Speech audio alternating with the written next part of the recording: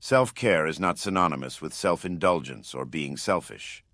Self-care means taking care of yourself so that you can be healthy, you can be well, you can do your job, you can help and care for others, and you can do all the things you need to and want to accomplish in a day. Self-care is part of the answer to how we can all better cope with daily stressor. It's work stress. It's the stress of trying to keep up with the pace of daily life, which technology has hastened more than ever. People are feeling lonelier and less able to unwind and slow down, which makes them feel more anxious and overwhelmed by even the simplest tasks. Self-care is taking steps to tend to your physical and emotional health needs to the best of your ability. So today we explore the trend, where the definition of self-care comes from, and what it can do for your long-term health. Self-care has become more mainstream. The definitions have started to become more about general well-being and tend to focus on tuning into one's needs and meeting those needs. It is anything that you do for yourself that feels nourishing. Let it be something that's relaxing or calming, or it can be something that is intellectual, spiritual, physical, or practical, or something you need to get done. Self-care requires checking in with yourself and asking yourself how you're doing physically, mentally, and emotionally. Some people use it to deal with difficult information, while others practice self-care just to maintain their happiness day to day. Although that does not mean the same thing for everyone. Different people will adopt different self-care practices, and even your own definition might change over time. What is self-care for one person will likely differ from someone else, and what self-care for you one day might not feel like self-care another day. Engaging in self-care regularly could help you put your best foot forward. When you regularly take care of yourself, you are better able to react to the things that go on in life. It's something you can do to maintain a positive well-being. There are a few different categories of self-care as follows.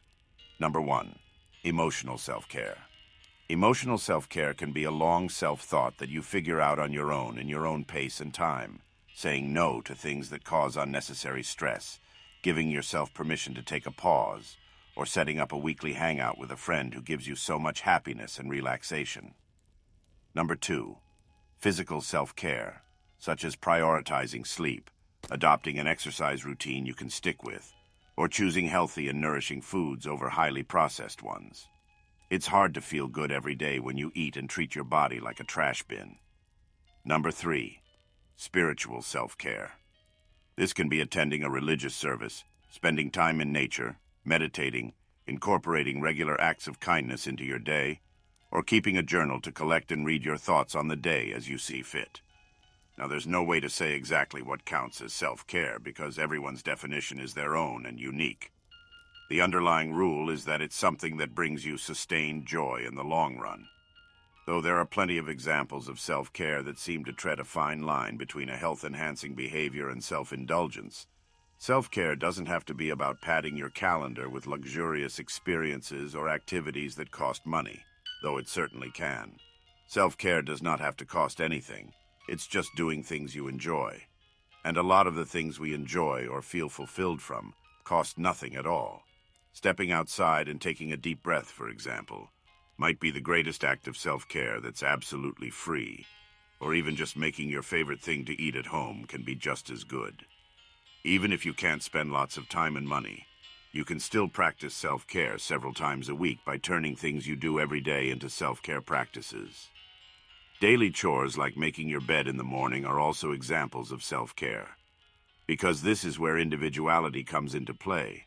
For some people, there is no way making a bed feels like self-care. It may just feel like a chore. But if it helps you claim your day and gives you a sense of accomplishment early on, you'll have that with you, even if the rest of the day gets derailed no matter what.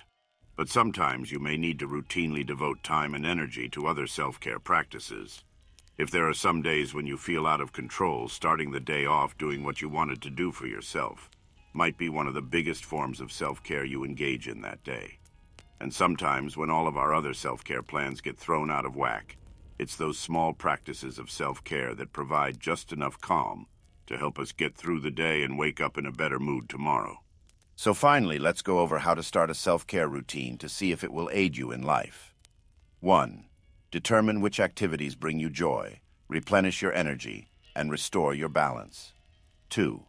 Start small by choosing one behavior you'd like to incorporate into your routine in the next week. 3. Build up to practicing that behavior every day for 1 week. 4. Reflect on how you feel. 5. Add more practices when ready for the routine. And finally, 6. Get support through sharing practices from loved ones, best friends, your significant other or partners, parents, community, or workplace environment. Anyone who cares about your existence and well-being will be more than happy to lend an ear or hand for you.